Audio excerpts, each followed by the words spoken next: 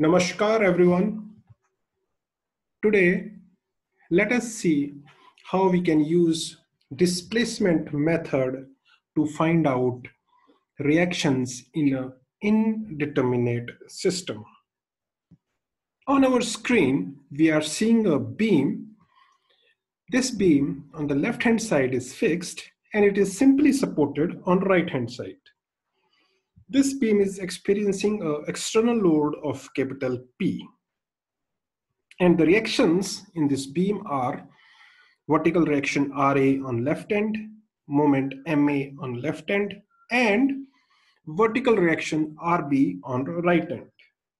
Clearly, this beam is statically indeterminate to first order. Now let us see how this can be solved using displacement method. In displacement method, we visualize this beam to be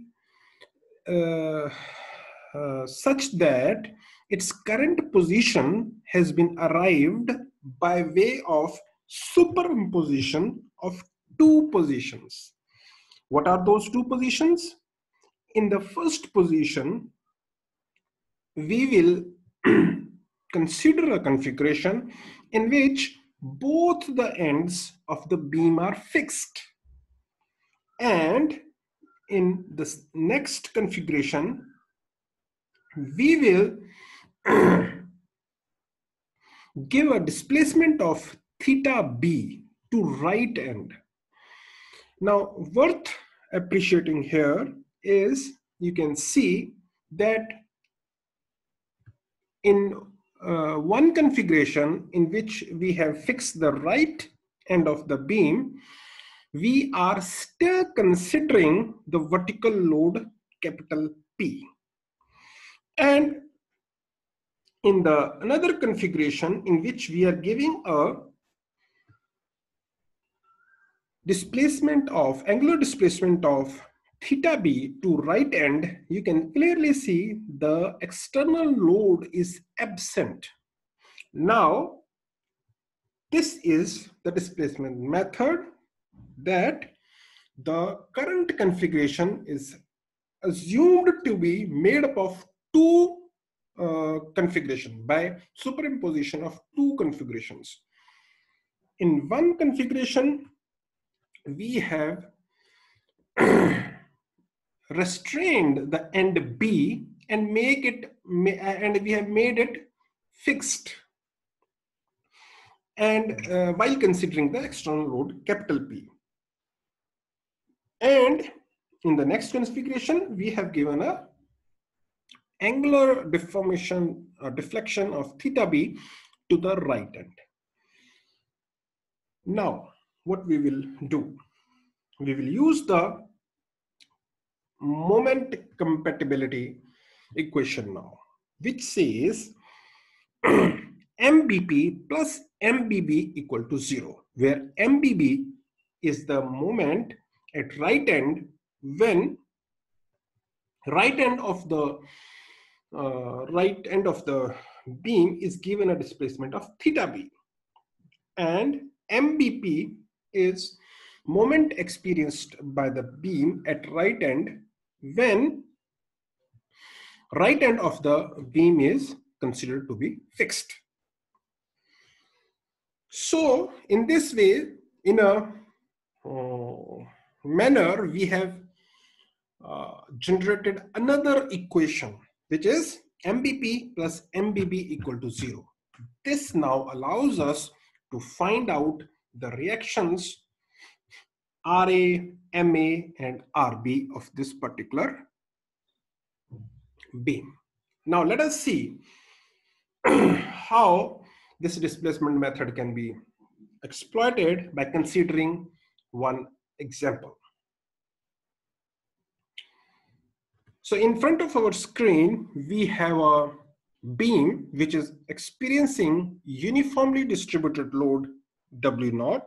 Length of the beam is capital L. Left end of the beam is fixed and right end of the beam is simply supported. Left end of the beam is experiencing a vertical reaction of RA, and right end of the beam is experiencing a vertical reaction RB, and left end is experiencing a moment MA. We want to find out the reactions, that is value of MA, RA, and RB.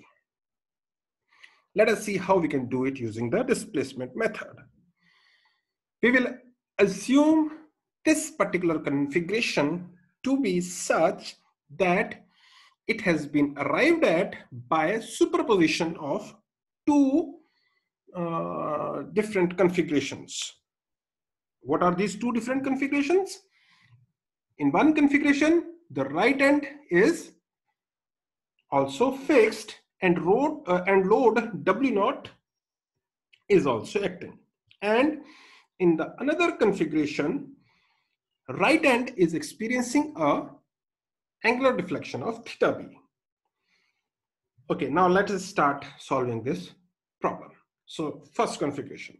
Now in this configuration, you can see there is a fixed beam of length L, which is experiencing vertical reactions of RAP on left side and RBP on right side, and reactions moment MAP on left side and MBP on right side.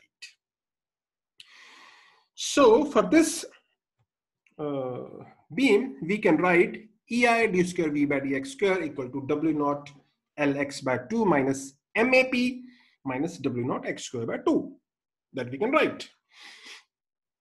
Now integrating it throughout, we have EI dV by dx equal to W0 L by 2 x square by 2 minus MAP x minus W0 x cube by 6 plus C1. And this is equal to W0 L by 4 x square minus MAP x minus W0 by 6 x cube plus C1. Let us integrate it further.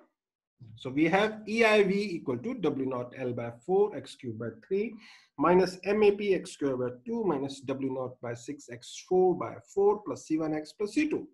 Applying the boundary conditions that at x equal to 0, V is 0, and at x equal to 0, again dV by dx is also 0. So that gives us C1 equal to 0 and C2 is also equal to 0. And at x equal to L, we know V is 0. So that gives 0 equal to W0 L4 by 12 minus MAP L square by 2 minus W0 by 24 L4. From here, we can find out the value of MAP, and with certain manipulations, we find that MAP equal to W0 L square by 12. Now, if we substitute the value of MAP in this equation, EI d square V by dx square equal to W0 L x by 2 minus MAP minus W0 x square by 2, and consider x equal to L, then our right hand side becomes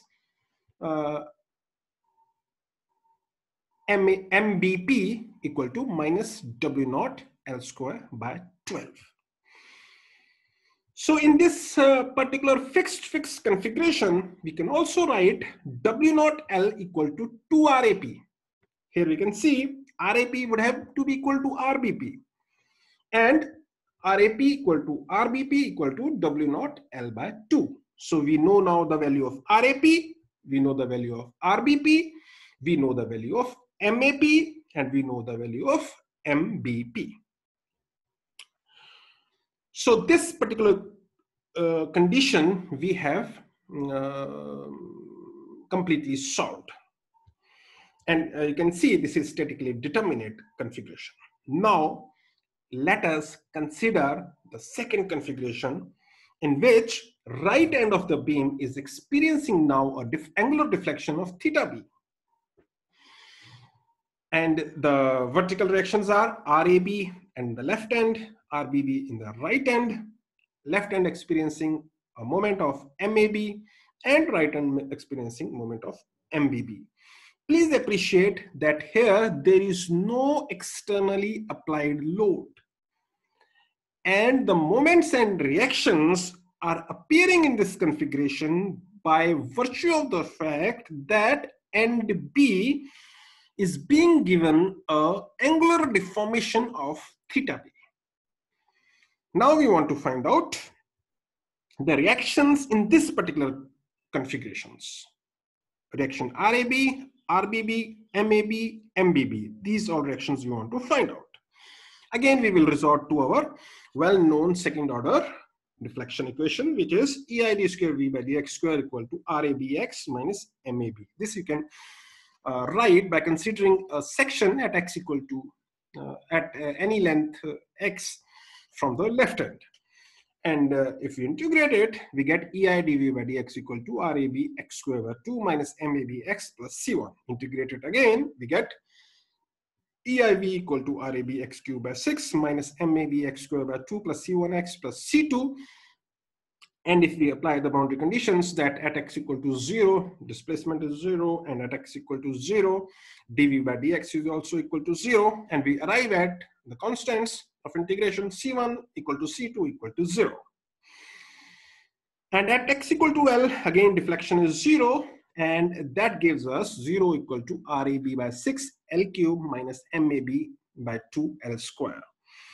And also, now we have the boundary condition that at x equal to L, dV by dx is theta B. You can see it from this configuration. So we can write EI theta B equal to RAB L square by 2 minus MAB L. And that gives us MAB equal to 1 by L bracket start RAB by 2 L square minus EI theta B bracket close. Now consider this equation 1 again. And in this equation, if we substitute the value of MAB, then we get this equation. And from this equation, we can find out the value of RAB, and that comes out to be 6 EI theta B by L square. So that's the value of RAB. And we know that RAB plus RBB has to be equal to 0. So that means RBB equal to minus 6 EI theta B by L square. And MAB now becomes, by substituting the value of RAB in this expression of MAB, we get now MAB equal to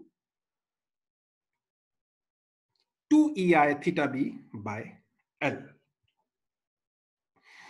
Now we will apply the compatibility of moment at B, moment equilibrium at B. Let us look at the end B. Now, for looking at the end B, we will consider this original configuration. In this original configuration, we can see that at end B, the moment has to be 0. That means MBP plus MBB has to be equal to 0. And that's what we are writing here. MBP plus MBB equal to minus W naught L square by 12 plus 4 EI theta B by L equal to 0. And this gives us then theta B equal to W naught L cube by 48 EI.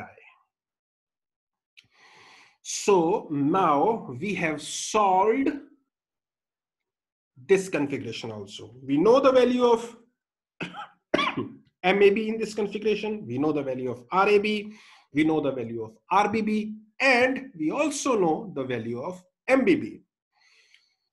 Earlier we solved this configuration. Here we know the value of MAP.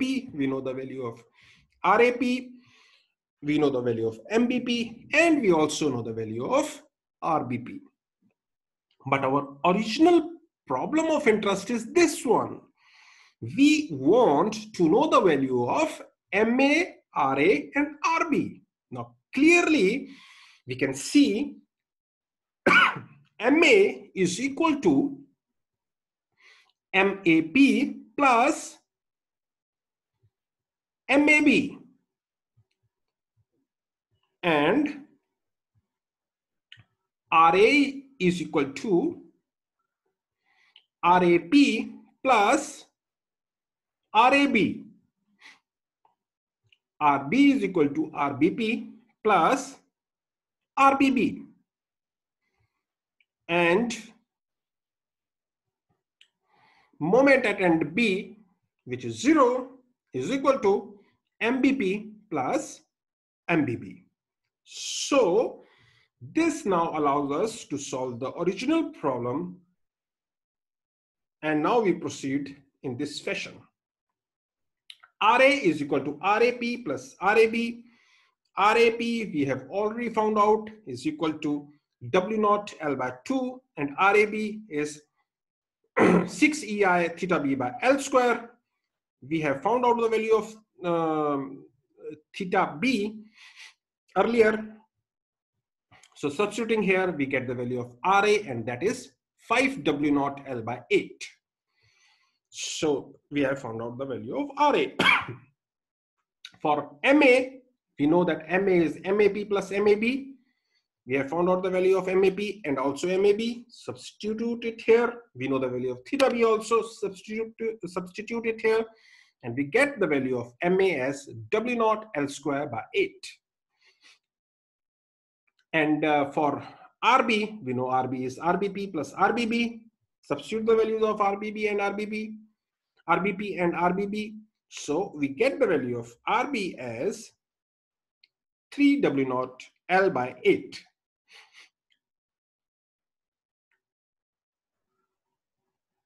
So this way, we have now solved the original problem in which we were interested using the displacement method. Now let us solve another problem. So here we have three links, AC, BC, and CD. The angle between link AC and BC is alpha, and the angle between links BC and CD is again alpha. And this truss is experiencing a vertical load of capital P at point C in the downward direction. So how to solve this configuration? So this configuration we will assume to be made up of superimposition of two configurations. In one in which movement of point C is totally restrained, and you can see here point C is totally restrained. And in another configuration, now we will allow the point C to move by delta 1, triangle 1. Now this movement of point C in vertical direction by triangle 1 would manifest itself by way of extension in the other two links by triangle 2. Now we can see the force in link BC can be written as K1 triangle 1, and that is K1 is the stiffness of the link, and the stiffness of the link is EA by L. So we can write EA by L triangle 1. And also from geometry, we can understand that triangle 2 is equal to triangle 1 cos alpha.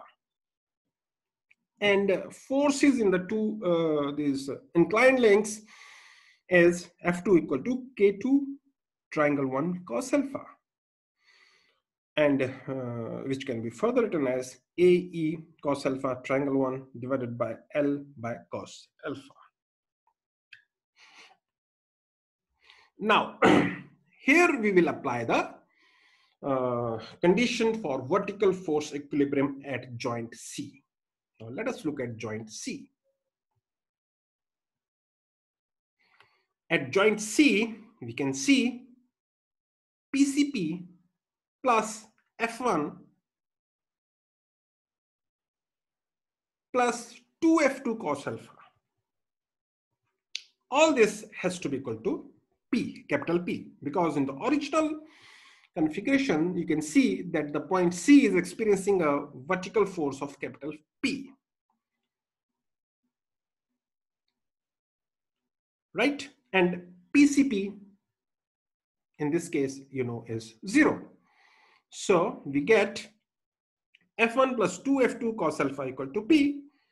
Substituting the values of F1 and F2 here, we get triangle 1 equal to PL divided by AE bracket start 1 plus 2 cos cube alpha bracket close. Once triangle 1 is known, we can of course find out the values of F1, that would be K1 triangle 1, and F2 that would be equal to